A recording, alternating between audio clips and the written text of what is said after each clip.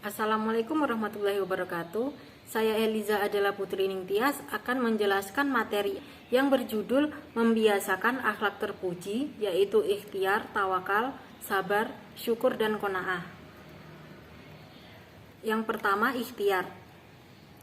Ikhtiar secara bahasa berasal dari bahasa Arab al-ikhtiar yang artinya memilih. Secara istilah, ikhtiar merupakan usaha sungguh-sungguh seorang hamba untuk memperoleh apa yang dikehendakinya.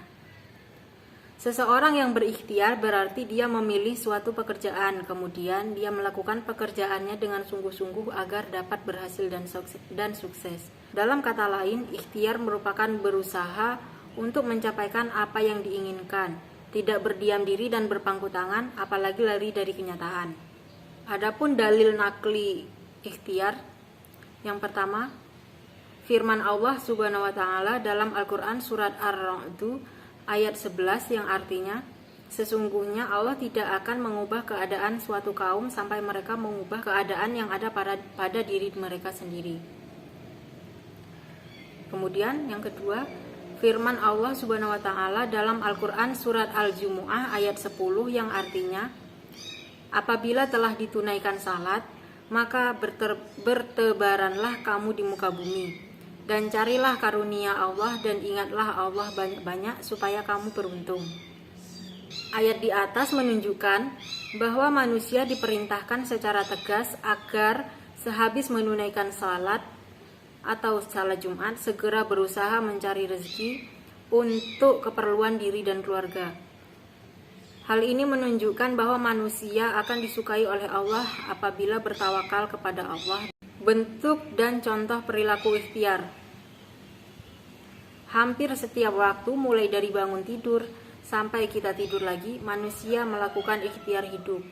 Di antara bentuk-bentuk ikhtiarnya yaitu bekerja keras, tidak menggantungkan nasibnya kepada orang lain, rajin belajar walaupun tidak ada tugas dari guru, memiliki sikap perwira sehingga disukai banyak teman, semangat dalam melakukan pekerjaan, tidak pernah putus asa dalam menghadapi kesulitan.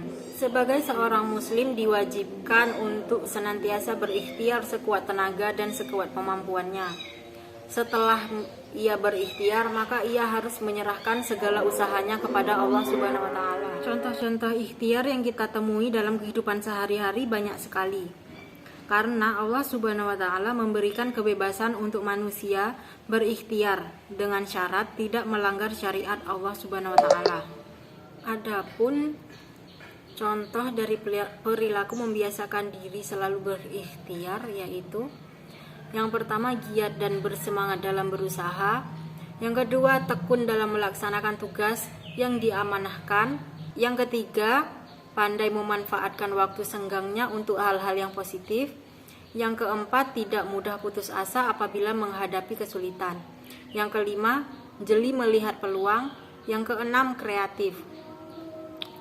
Adapun dampak positif yang diperoleh apabila melakukan ikhtiar dengan baik yaitu menghilangkan rasa malas, murung, dan keluh kesah, menumbuhkan harapan baru dalam hidup, karena setiap dari satu usaha dapat menumbuhkan sejuta harapan, dan dengan banyak berusaha maka akan semakin banyak harapan.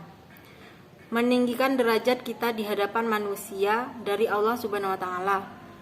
Adanya kepuasan batin, terhormat dalam pandangan Allah dan sesama manusia, menumbuhkan dan meningkatkan keimanan, menumbuhkan rasa percaya diri dengan apa yang telah diberikan Allah Subhanahu wa taala kepada diri kita, dan yang terakhir, memiliki keyakinan bahwa Allah pasti akan menolong hambanya yang mau berusaha. Kemudian yang kedua yaitu tawakal. Tawakal berasal dari kata wakala yang berarti menyerahkan, mempercayakan, dan mewakilkan seluruh urusan kita kepada orang lain. Dalam kaitan ini, penyerahan tersebut yaitu kepada Allah Subhanahu wa taala. Tujuannya untuk mendapatkan kemaslahatan dan menghilangkan kemudaratan. Secara istilah, tawakal berarti menyerahkan suatu urusan kepada kebijakan Allah Subhanahu wa taala yang mengatur segala-galanya. Berserah diri atau tawakal kepada Allah Subhanahu wa taala merupakan salah satu perkara yang diwajibkan dalam agama Islam. Tawakal dilaksanakan setelah manusia melakukan ikhtiar dengan maksimal. Maka tawakal kepada Allah Subhanahu wa taala tidak dibenarkan apabila menyerahkan tawakal dengan segala urusan kepada Allah sebelum melaksanakan usaha semaksimal mungkin. Dalil nakli perilaku tawakal. Yang pertama, firman Allah Subhanahu wa taala dalam Al-Qur'an surat Al-Maidah ayat 23 yang artinya, berkatalah dua orang di antara orang-orang yang takut kepada Allah yang Allah telah memberi nikmat atas keduanya. Serbulah mereka dengan melalui pintu gerbang kota itu, maka bila kamu memasukinya niscaya kamu akan menang, dan hanya kepada Allah hendaknya kamu bertawakal jika kamu benar-benar orang yang beriman. Ayat tersebut menunjukkan bahwa manusia dikatakan beriman apabila sudah bertawakal kepada Allah. Yang kedua, firman Allah Subhanahu wa taala dalam Al-Qur'an surat Ali Imran ayat 159 yang artinya, maka disebabkan rahmat dari Allah lah kamu berlaku lemah lembut kepada mereka. Sekiranya kamu bersikap keras lagi berhati kasar, tentulah mereka menjauhkan diri dari sekelilingmu. Karena itu maafkanlah mereka, mohonkanlah ampun bagi mereka, dan bermusyawaratlah dengan mereka dalam urusan itu. Kemudian apabila kamu telah membulatkan tekad, maka bertawakallah kepada Allah. Sesungguhnya Allah menyukai orang-orang yang bertawakal kepadanya. Ayat di atas menunjukkan bahwa manusia akan disukai oleh Allah apabila bertawakal kepada Allah Subhanahu wa taala setelah melaksanakan usaha dengan maksimal. Adapun contoh perilaku tawakal, kita sebagai manusia harus menyadari bahwa dirinya adalah lemah. Hal ini terbukti bahwa banyak orang yang mengalami kegagalan dan tidak berhasil memenuhi harapannya. Keberhasilan usaha seseorang terletak kepada kekuasaan dan kehendak Allah Subhanahu wa taala. Oleh karena itu, manusia harus sadar bahwa ia harus bertawakal kepada Allah setelah ia berusaha dengan maksimal. Salah satu bentuk perilaku tawakal yang dicontohkan oleh Nabi Muhammad SAW ditunjukkan dalam kisah berikut. Seorang sahabat Rasulullah SAW yang meninggalkan untanya tanpa diikatkan kepada sesuatu seperti pohon, tonggak, dan lain-lain lalu ditinggalkan. Beliau bertanya, "Mengapa tidak kamu ingatkan?" Ia menjawab, "Saya sudah bertawakal kepada Allah." Rasulullah SAW tidak dapat menyetujui cara berpikir orang itu, lalu bersabda, "Ikatlah dulu, lalu bertawakallah." Adapun dampak positif berperilaku tawakal yaitu meningkatkan keyakinan dan keimanan kepada Allah Subhanahu wa taala, memperoleh ketenangan dan ketentraman jiwa, mengurangi beban pikiran karena yakin manusia hanya berusaha dan Allah lah yang menjadi penentunya, mengurangi kejahatan dan tindak kriminal, memperoleh keteguhan hati, dan menyadarkan bahwa dirinya lemah dan mengakui kebesaran Allah Subhanahu wa taala. Kemudian syukur. Kata syukur berasal dari bahasa Arab yang berarti berterima kasih. Bersyukur berarti kita berterima kasih kepada Allah Subhanahu wa taala atas karunia yang dianugerahkan oleh Allah Subhanahu wa taala kepada dirinya. Sedangkan menurut istilah, syukur berarti memberikan pujian kepada Allah dengan cara taat kepadanya, tunduk dan berserah diri hanya kepada Allah Subhanahu wa taala serta beramal ma'ruf nahi mungkar. Dalil nakli perintah syukur.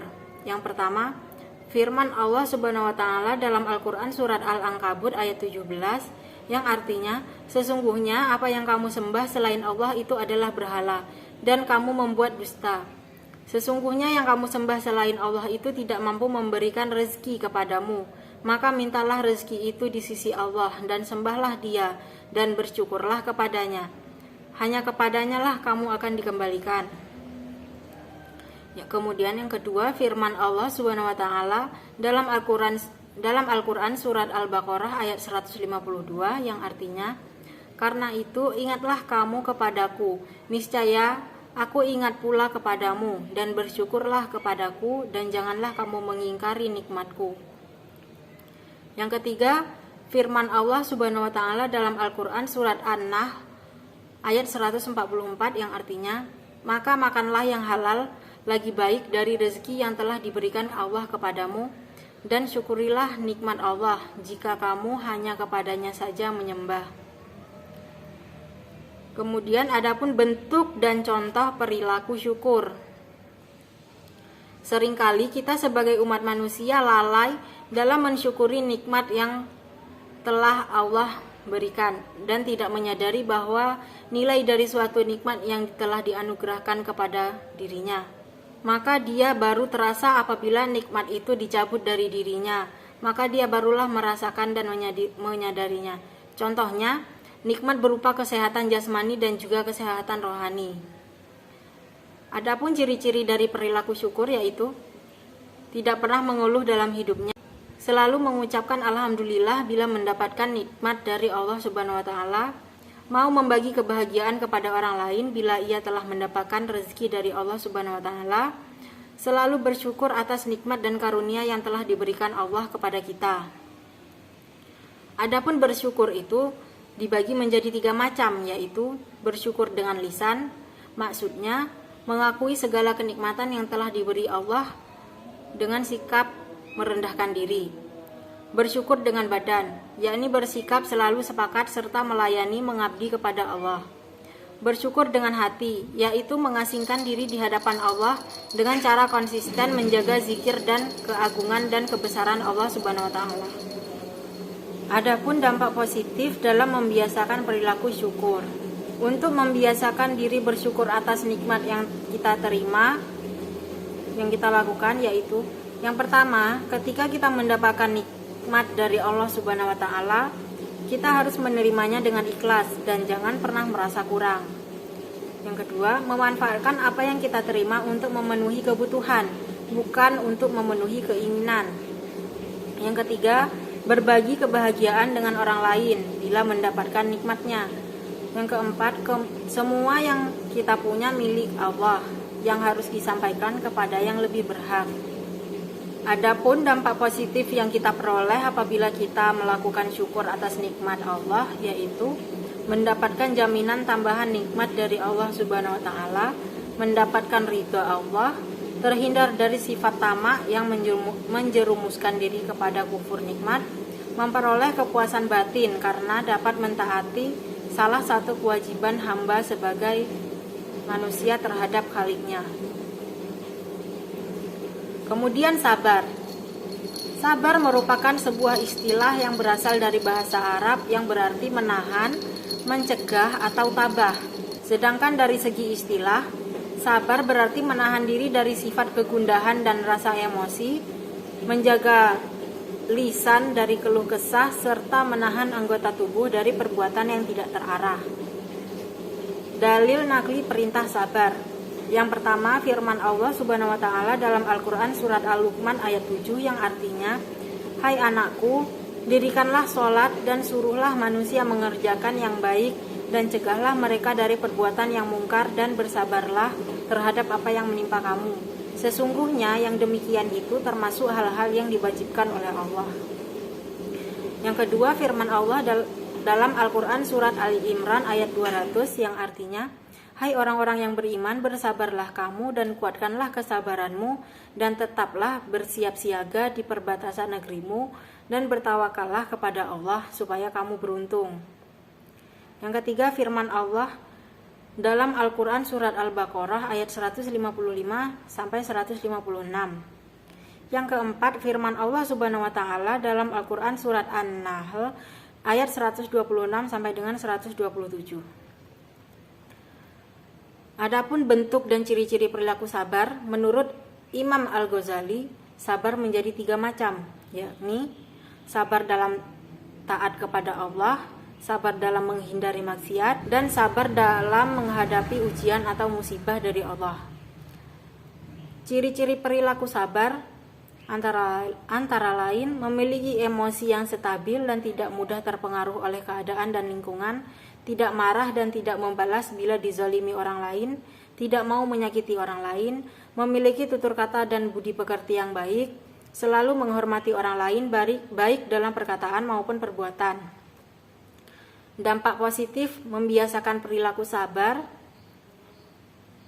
Untuk membiasakan diri perilaku sabar yaitu selalu ingat bahwa marah tidak menyelesaikan masalah, bergaul dengan teman-teman yang baik, hati-hati dalam bergaul, yakin sabar akan dekat dengan Allah Subhanahu wa taala.